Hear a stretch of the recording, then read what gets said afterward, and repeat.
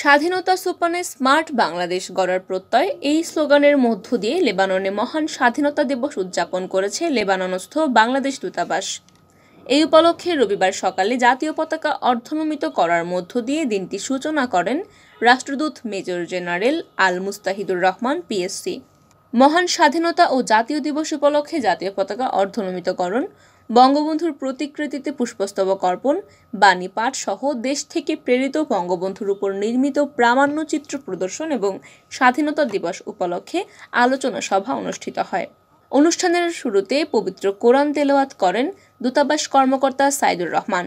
রবিবার সকালে লেবাননে নিযুক্ত বাংলাদেশ রাষ্ট্রদূত মেজর জেনারেল মোহাম্মদ জাহাঙ্গীর আল মুস্তাহিদুর রহমান পিএসসির সভাপতিত্বে সভা পরিচালনা করেন দূতালয়ের প্রধান বাকি বিল্লাহ। রাষ্ট্রপতি, প্রধানমন্ত্রী, পররাষ্ট্রমন্ত্রী এবং পররাষ্ট্র প্রতিমন্ত্রী বাণী পাঠ করে শোনান যথাক্রমে কনসুলার শ্রম সচিব আবদুল্লাহ আল মামুন, সাইদুর রহমান ও আক্তার হাসান।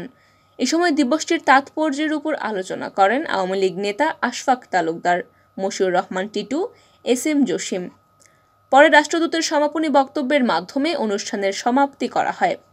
এ সময় বাংলাদেশ দূতাবাসের অন্যান্য কর্মকর্তা কর্মচারী সহ বাংলাদেশ আওয়ামী লীগের নেতা কর্মী ও বিপুল সংখ্যক প্রবাসী বাংলাদেশি এবং বিভিন্ন প্রিন্ট ও ইলেকট্রনিক্স মিডিয়ার সংবাদকর্মীরা উপস্থিত ছিলেন।